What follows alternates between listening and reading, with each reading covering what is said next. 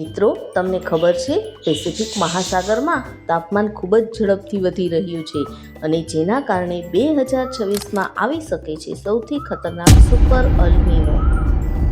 હવામાન વિભાગ દ્વારા વૈજ્ઞાનિકોએ આપણને પહેલેથી જ ચેતવણી આપી છે કે પેસિફિક મહાસાગરમાં ઝડપથી વધી રહેલા તાપમાનને કારણે 2026માં બની શકે છે સુપર અલ્નિનો. મિત્રો, તમને ખબર છે આ અલ્નિનો એટલે શું થાય? ચાલો સમજીએ.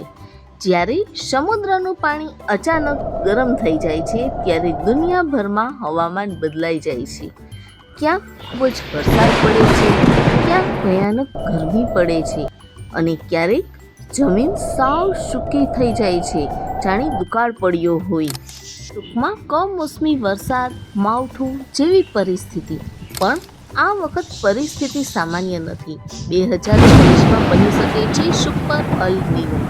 એવો અલ્નિનો જે છેલ્લા 149 વર્ષમાં સૌથી ખતરનાક બની શકે છે. આ ઘટના વર્ષ 1877ના 149 વર્ષનો રેકોર્ડ પણ તોડી શકે છે અને તેના કારણે તાપમાન પણ વધી શકે છે.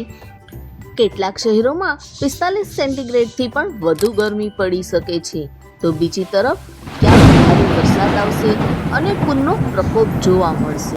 ક્યાંક દુકાળ જેવી પરિસ્થિતિ પણ સર્જાઈ શકે. ખેતીના પાકો સુકાઈ જવાને કારણે અનાજની તંગી જેવી મુશ્કેલીઓનો પણ સામનો કરવો પડે તેવી કપરી પરિસ્થિતિ આવશે. ખેડૂતો માટે આ ફક્ત હવામાન નથી, આ તેમની આખી જિંદગી છે. એક પાક નાશ થયો એટલે આખું વરસ તેમનું બગડ્યું. અને પાણી તો સૌથી મોટું સંકટ બની શકે છે. શહેરોમાં પણ પાણી માટે લાઈનો લાગી શકે છે. લોકોને એક બાલટી પાણી માટે રાહ જોવી પડી શકે છે. મિત્રો, આ અસર ફક્ત ભારતમાં જ નહીં પણ સમગ્ર દુનિયામાં જોવા મળશે.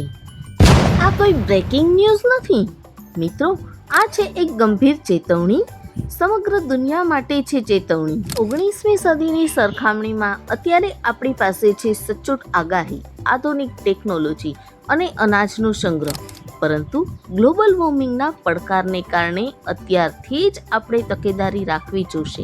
હવે સમય આવી ગયો છે વધારે ને વધારે વૃક્ષો વાવો. મિત્રો, પાણીનો જોઈએ તેટલો જ ઉપયોગ કરો. પાણી બચાવવું, જીવન બચાવો અને પર્યાવરણનું જતન કરો. આ માહિતી એકલા સુધી ન રાખતા બધાને શેર કરો, અવેરનેસ ફેલાવો. જો સમયસર યોગ્ય પગલાં લેવામાં આવશે તો આ કુદરતી આફતના નુકસાનને ઘણું ઓછું કરી શકાશે. નહીંતર અલ્નિનો અને આબોહવા પરિવર્તનનું આ જોખમી સંયોજન વિશ્વને ફરી એકવાર મોટા સંકટમાં ધકેલી શકે છે. મિત્રો, આફત આવતા પહેલા કુદરત આપણને ચેતવણી આપે જ છે. સમજદાર લોકો સમજી પણ જાય છે. શું તમે પણ સમજદાર છો? તો આન્સર કમેન્ટ કરો. Please like, share and subscribe. Thank you.